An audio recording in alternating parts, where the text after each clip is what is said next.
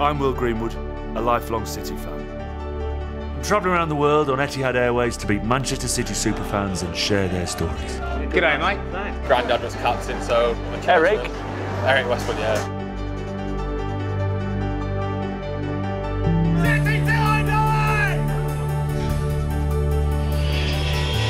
City fans down under. How does that work? The other side of the world from the Etihad Stadium in Manchester, how do they stay connected with their club? Let's find out. We've been to Manchester, Abu Dhabi, New York, now Melbourne, a multicultural city that loves sport. Well, football in Australia, the best football, World Cups and European club competitions happen around 4 a.m, 6 a.m. It's tiring getting up in the middle of the night. Dad's a City fan and my granddad was a City fan, so yeah, I was born into it. Difficult growing up, being the only two City fans in school, me and my sister, but it kind of made us more of a fan because we had to stick up for ourselves with everyone at school.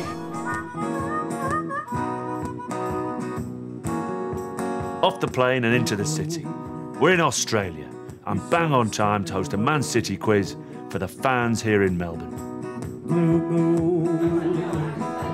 If I went to the pub at home, there'd be us three City fans. So coming in here for the first time and seeing all the City fans was great. And now I've got a big City family.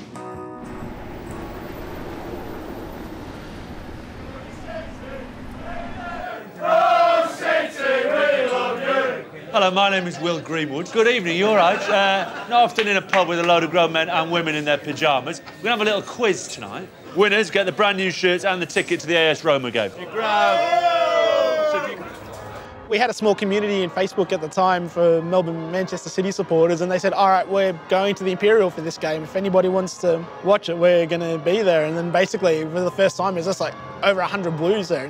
Question one, it's on your shirt. Superbia in prolio. Translate into English. Favourite memory was here. I was sat down there when we won the league, and for probably the last 20 minutes, I was just hysterical crying. I always say if I could see the CCTV, it's probably pretty bad. At the time, it was rare to see one of us with a jersey or something like that. And then if you did see someone, you just treat them like a brother and just hug them. Sitting on the bench 20 times, 2008, 2009. Who was nicknamed the Invisible Man by City fans? I worked in the airline, so I used to fly up nearly every year to see City. But then watching the semi-final, when we beat United and Yaya scored, and my wife looked over to me and said, you got to go for the final.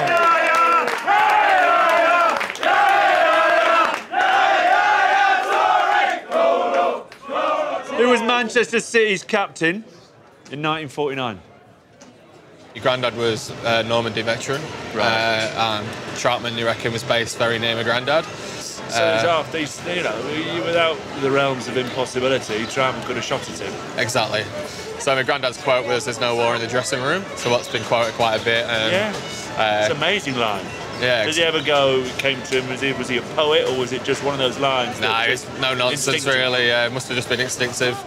Which City legend's autobiography, The Reluctant Hero? Strong. Who was Manchester City's captain at the time of Bert Troutman's arrival in 1949? Matt Busby. Oh, there's a clue over there. Westwood. Very Westwood. Then check your score is correct. 2, 3, 4, 5, 6. 2. Aguero win the ticket.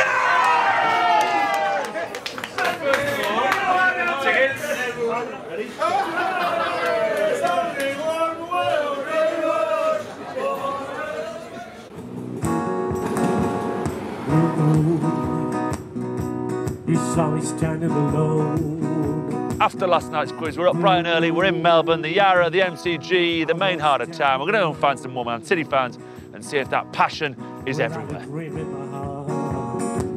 Never had any interest in soccer, really. Played a little bit in school, but it's just muck around stuff. I guess with sport, it just takes someone to give you a bit of a nudge, maybe, and yeah, Ross has done that. Trent, who one of the guys is an Aussie who I've converted. Yeah. So he calls it the round ball game. Came back, said, I'm getting you a scarf. Yeah. Next trip, I've got him a shirt. So every time I just get him a new... No, and you won a shirt, and you won tickets, and you got a blue suit, blue and you got a nod. Blue socks. So I remember in '99 with my dad, and my dad was saying, "We're still going to do this," and I was in tears. My dad's saying, "Get on your chair, get singing again. We're going to do this."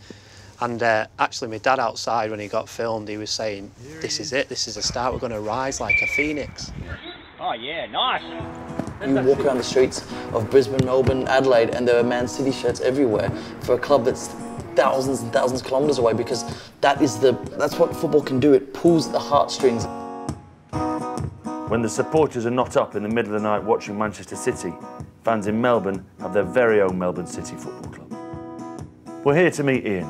He's going to show us around the City Football Academy, and we're going to find out how Melbourne City play football City way. You see this long corridor that's down here. You can see straight through to the pitch. So the idea is that the players, they arrive at work, the first thing they see is the training pitch. Everything they do working down this corridor is taking them towards getting on that training pitch. I think largely there's a style and a brand of football that City Football want to be playing across all their clubs. Yeah. An open attacking style of football, that's what they want to be known for. Heard some pants. Don't know if they're your size, mate. No. City arrived down under to play AS Roma, Real Madrid and Melbourne City, and the boys and girls in pyjamas are over the blue moon.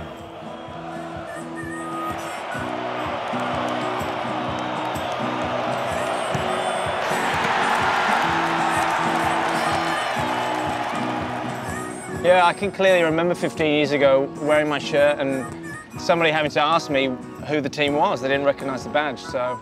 If someone talked about football in Manchester, they'd say Manchester, and they'd mean the other lot we don't mention.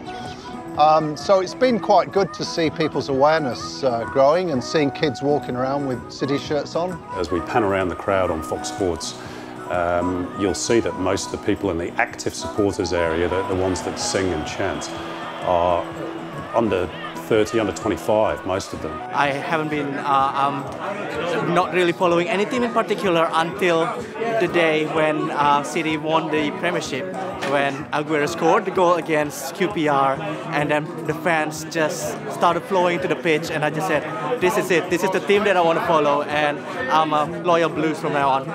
And of course, as they grow up and have children in future generations, you would hope that they would do like my dad did to me and his dad did to him, and hand the badge down to the next generation. FIFA 13 came out. I downloaded the demo. There were only a few teams on there, and I ended up picking up Manchester City versus my brother against. I played with them frequently, grew to love the team, and then last year I started watching the season. My brother ended up becoming an Arsenal fan. As I became to watch the A-League with Melbourne City, he became a Victory, so he's always going the opposite. So we went to the Derby games together when we played those.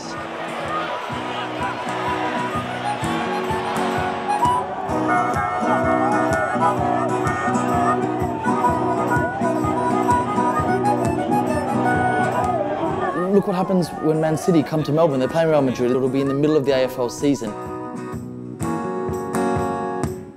The younger generations will fall in love with it because of what you can do off the pitch. You can stand, you can chant, you can bounce, you can live, you can be as vital as a part off the pitch as on the pitch, and it's something that, like I said, the next generation of Australians, Americans, and many other countries who never really embraced the game before are doing now. You can watch City here.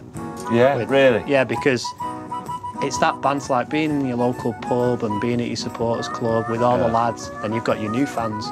And your new fans asking, when did you go to your game? What was Main Road like? What's the new ground like? Where do you sit?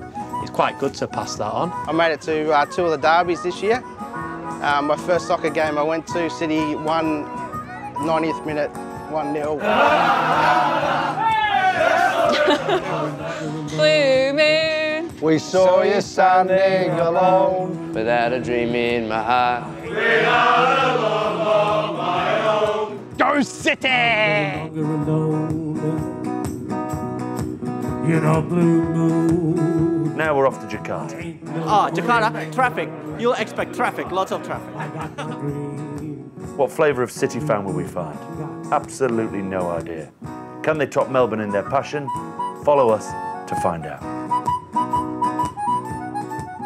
You want me to sing? We are the boys who are playing to win Diddle City.